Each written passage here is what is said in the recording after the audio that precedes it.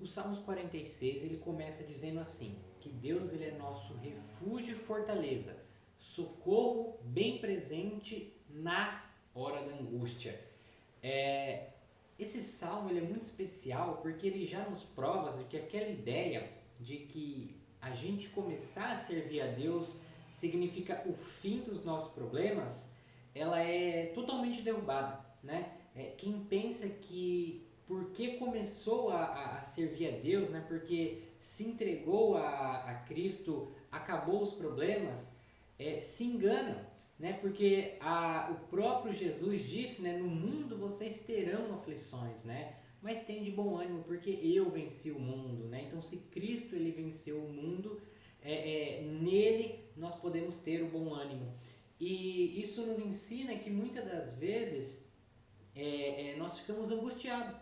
Nós ficamos simplesmente angustiados e nos sentimos sozinhos, né? Nos sentimos para baixo, sem ninguém, às vezes rodeado de pessoas, mas ao mesmo tempo tão sozinhos, né? E o Salmos ele é muito enfático quando diz que o Senhor, né? Salmos 46, ele é o socorro bem presente na hora da angústia, né? É ali naquele momento. Por que naquele momento, né? Na hora, né? Porque muitas das vezes nós aprendemos somente na angústia, muitas das vezes nós aprendemos somente na dor. Mas a angústia, a dor, ela não é um lugar, né? Ali o deserto, ele não é um lugar de se morar.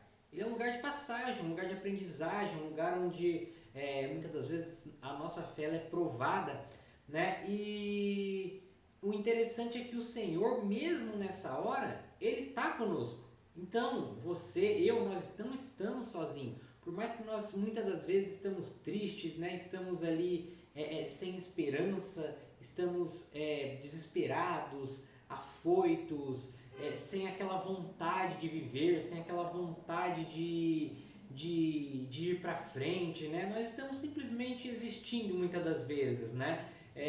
Sem perspectiva, muitas das vezes sem a vontade de levantar da cama, aquela angústia que vai tomando conta. Mas a palavra diz, né, no Salmos 91, no final dos Salmos, né, porque muita gente conhece Salmos 91 somente como aquele que habita no esconderijo do Altíssimo. É muito boa, né, essa parte, né, a mais conhecida. A gente aprende, né, que o Salmos 91 é isso, mas ela tem uma parte B no final que é muito interessante, né, que diz assim, né, que por quanto, né, tão encarecidamente me amou, eu o livrarei, né, colocarei em retiro alto e estarei contigo na hora da angústia, né? Ele me invocará e eu lhe responderei. O Salmos 91, se não me falha a memória ali, a partir do versículo 14, 15, fala sobre isso, que por quanto nós amamos o Senhor, né, pelo amor que nós temos a Ele, Ele estaria conosco também na hora da angústia, né? E a gente o invocaria, né? Nós clamaríamos a Ele e Ele nos responderia. Então é a prova que nós não estamos sozinhos, que nós temos um Deus que está com os ouvidos abertos, né, para o nosso clamor. E o interessante é que isso não acontece só conosco, não acontece só com a nossa geração. Homens de Deus como Elias, né, um grande profeta de Deus, Elias, passou por essa angústia, passou por esse desânimo, né, essa vontade de não fazer mais nada, essa vontade de se isolar, né? Tanto que Elias ele se retira, né? E fala para o Senhor que ele não quer mais viver, que ele não quer mais continuar, que ele é um inútil, que né? Contextualizando, que a dor dele já é maior que a força. Você imagina eu sei que muita gente chega a um ponto que a dor ela é de fato maior que a força, que parece impossível continuar, que parece que não tem mais como, que não tem mais o que você faça, que não tem mais o que você peça, que não tem mais o que você consiga fazer para sair disso, né? Mas a palavra de Deus hoje ela é muito clara, que o Senhor ele é o socorro bem presente nessa hora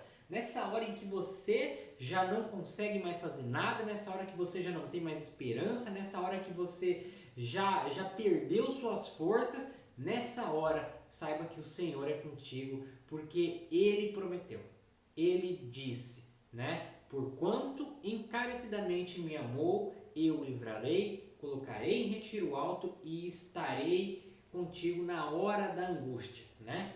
E o Salmos 46, Deus, né, é o nosso socorro bem presente nessa hora da angústia.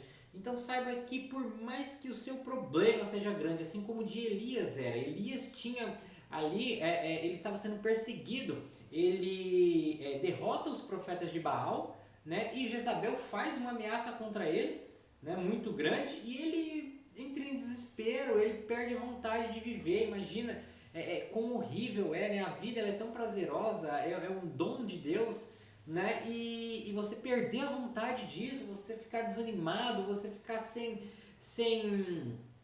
perspectiva, levantar da cama triste, né? Tudo bem, existem dias maus, mas são dias, não pode ser uma vida assim, né? E Deus, não é plano de Deus que a gente viva nessa angústia, porque se a gente fica alimentando, isso só vai piorando, né? E Elias ali estava muito angustiado, falando para Deus que já não queria mais viver, que já tinha chegado no seu limite, né? Ele chega a falar que ele não era melhor que os pais dele, ele chega a falar que já estava no limite, que era melhor morrer, era melhor que o Senhor o levasse do que ele continuar. Né? Imagina a dor de você falar, Senhor, me leva, porque eu não aguento mais isso.